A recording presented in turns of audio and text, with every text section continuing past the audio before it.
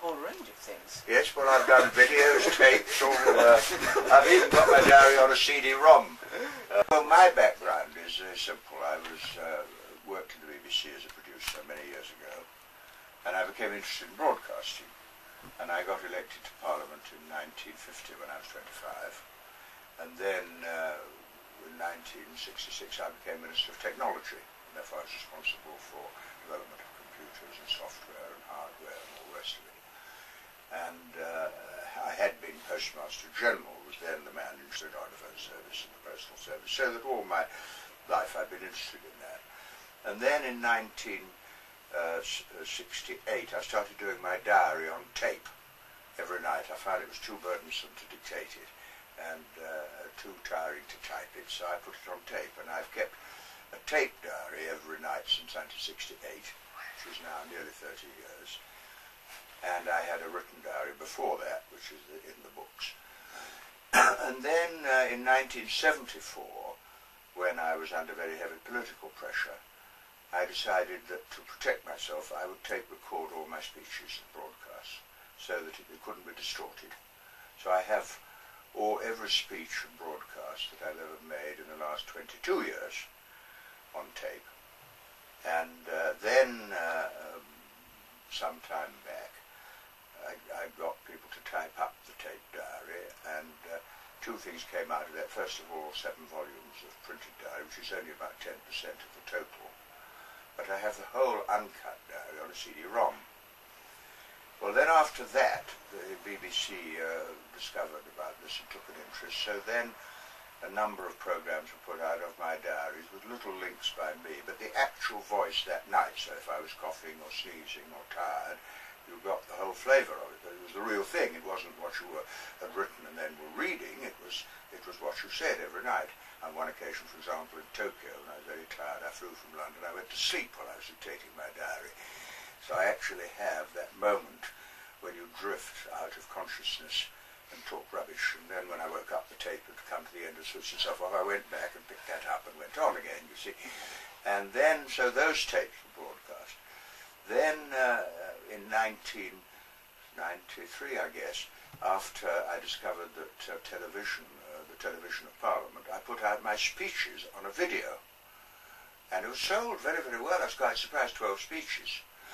Then last year, I went round for a year with a video camera to the House of Commons, and I just photographed, to begin with. There was a lot of trouble, and then they sort of accepted it. And when you mentioned lavatories, it interested me because there are 9 different lavatories in the House of Commons. There's one for lords and ladies and bishops and members and strangers, but it all ends up in the same sewage plant. Right. So I went down to the sewage plant, which was built in 1887, and I saw this Victorian technology, fascinating sewage plant, which had a very democratic element because you collected all the excrement from very different sources, but when it got to the end, it was at the same plant, you see. And that programme was very successful. It was the most popular programme the BBC or IT broadcast that whole week. And so now I'm working on other things. Every week I do a surgery. People come for 4, 5, 6 hours and tell me problems, and we video that. And and then in addition to that, I mean, that is just the way I put it out. But of course I do a lot of broadcasts. I do a lot of speeches, public meetings, and so on and so on. And so what I try to do is to use the experience I have to put out, if you like, an account and an explanation. And it is, the new technology is perfect because, I mean, you can't always get a newspaper to publish what you want to say. Yeah. But if you put it out yourself, then they don't control it. And that's my interest really in the internet, not only communicating with people from other parts of the world who have similar interests, but also putting out the work you've done, that if they want it, they can find it. If they don't want it, they don't have to. And I think the internet potentially is an enormously powerful force. It is really the equivalent of the popular postage, the penny postage of the 19th century, when for a penny you could write to people, person-to-person contact. Now this is a bit more than that because it's person-to-person contact on email, but also if we put it out on the bulletin board, other people can pick it up. So I'm interested therefore in your work from that point of view. And so that's roughly what I've done, and I've got in the cupboard every... Oh, just a minute. Do you mind the telephone ringing? Oh, in your diaries that on one day you said that Harold Wilson said to you that on no account where one minister supposed to be writing down what other ministers was saying. Yeah. He didn't like someone recording. Well, I didn't record at the cabinet. That would have been bugging. Yeah, but you were actually. But I wrote notes, and then if it was a very interesting cabinet, I would miss my lunch and go away from the notes while my memory was very fresh. And with the notes in my memory, I would dictate what happened in the cabinet. Then I keep the notes. So every night before I go to bed, all the notes that I've made and all the engagements I've done, I clip together. So I have what I call a diary archive. And the diary archive means that from the tape of the diary, you can go back to the full text of the speech, which is on a cassette. You can then go to the papers, so that you could fill in all the particulars. You could actually zoom in on a particular day and bring it back to full scale.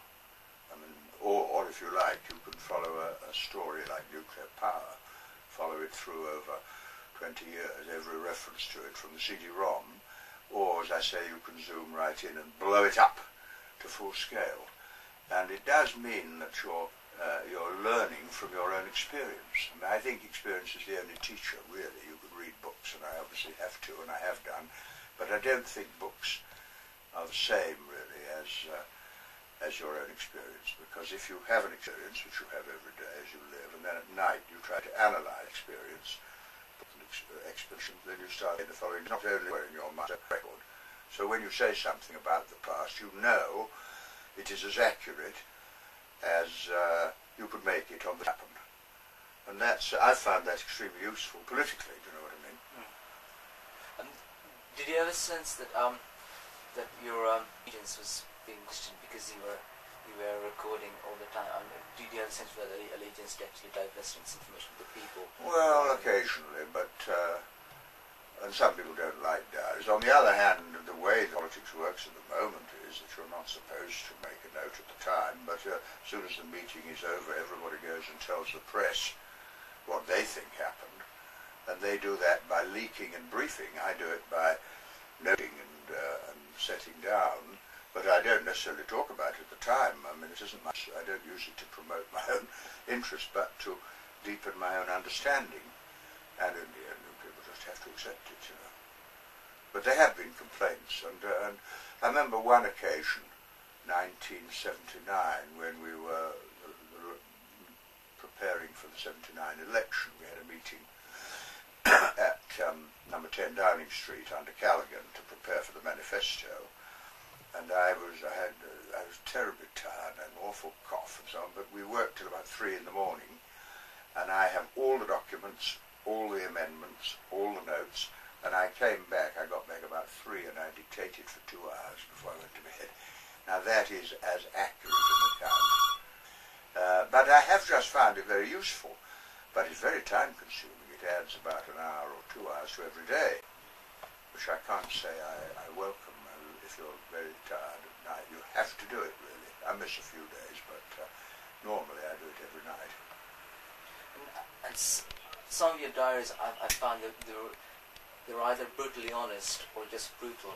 Because I think when you're talking about Hugh Gateskill after his death, and you were saying how he was advising a leader, and maybe you can be honest about your perceptions in a diary, whereas you can't be to the press. Is that why? Well, I think that's one reason you can say it, and you pour out your gloom at night, because it's a difficult time at the moment, but you don't necessarily disclose what you feel publicly, because optimism and hope are the fuel of progress, and fear is the road to fascism. So I try to maintain an optimistic stance, but what I'm really thinking goes down, and then you see, I never intended to publish, because in my diary I began when I was 9, and during the war I wrote 40 manuscript volumes of diary. Well, I never imagined I would publish them. They were published 2 years ago. And it's a discipline, really, and and I hope it's useful. I have discovered one thing politically which I didn't realise. The establishment protect their interests very cleverly. The media tell you what to believe today, and then 25 years later the historians tell you what you should believe about the past. But between yesterday and 25 years away is a sort of no man's land, and nobody defends that no man's land, because the media have forgotten, because they've moved on to today's issue, and the historians haven't started the process of distortion, if you like, or freezing it. So what happened the day before yesterday, which is still in the human memory, you can reopen. I mean, for example, was the Cold War about a threat of Russian attack on Britain, or was it something else?